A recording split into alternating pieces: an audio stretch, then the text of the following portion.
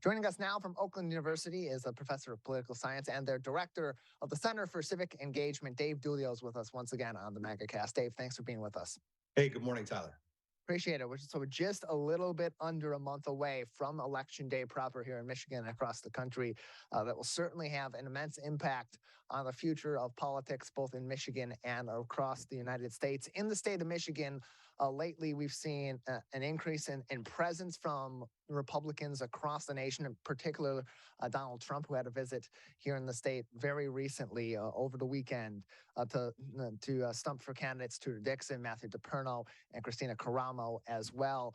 Being that the results of the 2020 election and Michigan's impact on both that election and, of course, 2016 were so immense, this is a key state for Republicans and Democrats alike. At this time, we're showing that Tudor Dixon's deficit to Governor Whitmer in the polls for governor are stretching to nearly 20 points. So right now, with this being such a key state for the Republicans, just how critical of a focus are they putting on Michigan, knowing that these leads in those key positions are so far apart? Yeah, Tyler, I think Michigan has been, is currently, and is going to continue to be a key state for federal politics. And, that'll be seen this time around in the battle for control of the U.S. Congress, both the U.S. House and the U.S. Senate. And then looking ahead a couple of years, it'll be a battleground state, a competitive state in the 2024 presidential cycle. As it relates to 22 at the top of the ticket, though, I think, you mentioned the poll of, I think the one you're talking about is from the Detroit News. Yes. And Channel 4. Yeah, they've got Tudor Dixon down 17 points. But there's another poll out there that has got her down 6, and it's from an outfit called the Trafalgar Group, who they're a little, I would say, tight-lipped about how they do their polling, but you can't argue with their results. They have been one of the more accurate firms over the last couple of cycles, especially in statewide elections. So it's a matter of, are they right this time? And or is that Glenn Gariff poll that the Detroit News published? Are they right? Well, we'll wait and see, right? That's one of the things about pre-election polling. But I should say too that it's a really hard job that pollsters have these days. So I'm not going to berate anybody too badly for being off a little bit. But I think the lack of presence from a lot of Republicans, in particular, Republican aligned groups that spend money, they are not playing in the top 3 races right now, and that tells me that they think the incumbents have a really good chance of being reelected. So I think it's different when Trump comes. Certainly, that was to boost the ticket and energize the base, at least the Trump wing of the Republican base. We'll see if that has much of an effect on turnout, or heck, if it has a discernible effect in the next round of polling that we get. But I think that it's really the lack of spending from Republican Party groups, Republican aligned outside interests that tells the story of where we're at right now. And so with that being the case, Dave, and of course, as we know from polls, they're not quite as much gospel as they used to be in the past. Certainly, we've learned that over the last several major elections here in Michigan and across the U.S. But given the situation that the Republican Party in the state of Michigan is in those polls, and certainly, as you said, even more importantly, really, I would say, from funding from usual donors who are looking at more of those down ballot races instead of those top 3 positions, governor, secretary of state, and attorney general. Do you believe that the Republicans have a legitimate chance in the state of Michigan to salvage some of those battles, or is the Republican Party essentially saying, or those that are in power financially with ties to the Republican Party, essentially saying those top 3 positions are a lost cause, but our way of winning is to maintain our positions in the House and Senate? So I think never say never in politics, right? We learn that it seems again and again and again every year almost, right? So is it an uphill climb for Tudor Dixon, Matt DePerno, and Christina Caramo? Yeah, it is. Are they sunk? No. Just because anything can happen, right? And at the gubernatorial level, I'll point you to Virginia last year when in that governor's race, Terry McAuliffe versus Glenn Youngkin. Terry McAuliffe made a huge mistake and turned the race in an instant when he said that he didn't think parents should have any say about what happens in their kids' school. Well, that was a huge gaffe, right? And it that led Glenn Youngkin to victory. So it would take some kind of shakeup like that, which you could have happen. I'm not betting on Governor Whitmer making a mistake like Terry McAuliffe did, but stranger things have happened. We've got 2 debates that are coming up. They're late in the cycle. So and with so many absentee ballots out there, the question is, are they going to be, even if something were to shake the race up, will it happen too late for it to really matter? But uphill climb for sure. I think you're seeing a lot more action by Republicans and Republican aligned groups at the U.S. House level. You've got several competitive races.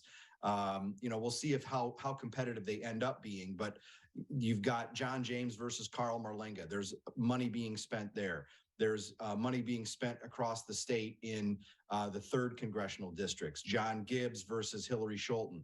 We'll see how that shapes up at the end of the day. But the Democratic campaign committee is spending millions in that race against John Gibbs. And at the top of the list, well, there's also the Kildee Paul Young race in up near Flint and North. But the big one is the Slotkin Barrett race over in that Lansing-based district, the new 7th.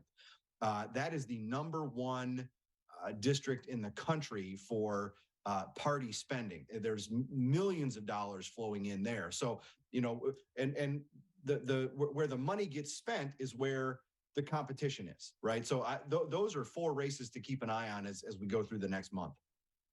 And how much weight is also being put on the ballot proposals, particularly those key 3 ballot proposals that are going to be in the November election here in 2022? From both these parties' perspectives, these are critical issues. 2 of those being regarding voting and voting rights, and one of them, of course, being the critical issue of this election cycle regarding abortion and/or reproductive freedom, depending on which side of the aisle you're representing that from. So how much weight are these parties putting on those proposals on top of these candidates who, of course, are important to the future of their party and of politics in Michigan? But these proposals are also going to have an immense impact depending on which way they go in the future.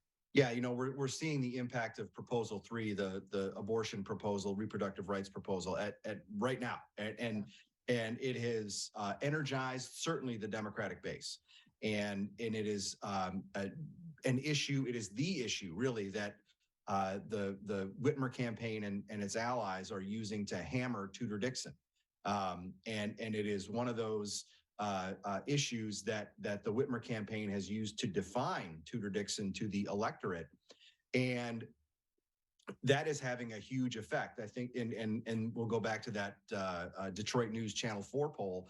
It had had Tudor Dixon's favorable, unfavorable rating. The favorable rating was at 17%, right, which is astonishingly low. And I have to imagine that is in large part because of the Whitmer campaign's ability to define Tudor Dixon around the issue of abortion. You mentioned that the debates for particularly the gubernatorial debates are happening late in the election cycle this year. How much of an impact do you believe those may have, if any, on voters who in some cases have already made their decisions and are submitting their absentee ballots, but particularly for those that are going to the polls or submitting their absentee ballots late in this cycle? Yeah, it depends on what happens. They may have little to no effect. They might have a big effect. And it's, the reason, look, the way that these have shaped up is that both candidates want to do these in a way that is beneficial to them, right? The Whitmer campaign wants them late because they know that the absentees are, a lot of folks are going to submit those absentees early.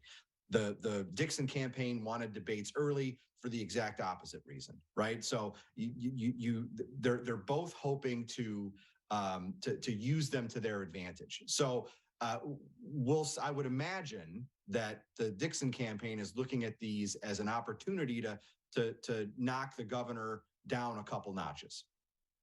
And the governor is going to go into them trying to, I would imagine, sort of play defense and not give up too much, right? So if they can, we'll see whose game plan wins out in the first one here coming up on the 13th. That's going to be done over on the west side with Wood TV. And then, of course, the second one is 20 days from now, 3 weeks from yesterday, with Channel 7 here in the Detroit metro area, a Lansing Fox station and a West Side Fox station. But of note for Oakland County is that Oakland University is going to host that debate. They'll be on campus for that on the 25th, which is a great thing for Oakland County. And we'll see how it goes. I think you and I can talk the morning after and do some assessments of how it went. Dave, I've got another 2 minutes before we'll need to say goodbye today. I want to give you an opportunity to tease another upcoming conversation at the Center for Civic Engagement happening next week, Tuesday, October 11th at 7 o'clock. It's your after the road discussion of the Constitution, rights, policy, and politics at the Center for Civic Engagement. Yeah, we talked about the importance of abortion as an issue in this election cycle, and we're going to take it on. We're going to host two nationally known speakers for a Lincoln Douglas style debate over the question of abortion. One of them is her name's Jill Filipovic. She's a CNN writer. She's written for the New York Times, Huffington Post, Washington Post, and she comes at it from one side. And Alexandra DeSantis is a writer for National Review. She's just written a book on the topic, and she comes at it from the other perspective. What we're trying to do here is not change anybody's mind, right? We're not saying you come here and listen to these folks and you'll have your mind changed or you'll have an epiphany of some kind. That's not it. What we want to do is really demonstrate that even on this most divisive, most emotional issue that might be out there, folks can have a disagreement about it and do it in a respectful and civil way, right? We look at this as an opportunity to model civil behavior and tone when discussing hot button issues, and to and really demonstrate that there's a way to do it in a way that people don't leave a conversation hating each other. Oakland.edu/CCE, that event Tuesday, October 11th at 7 p.m. Oakland.edu/CCE. Dave, thanks so much for joining us. Thanks for having me, Tyler.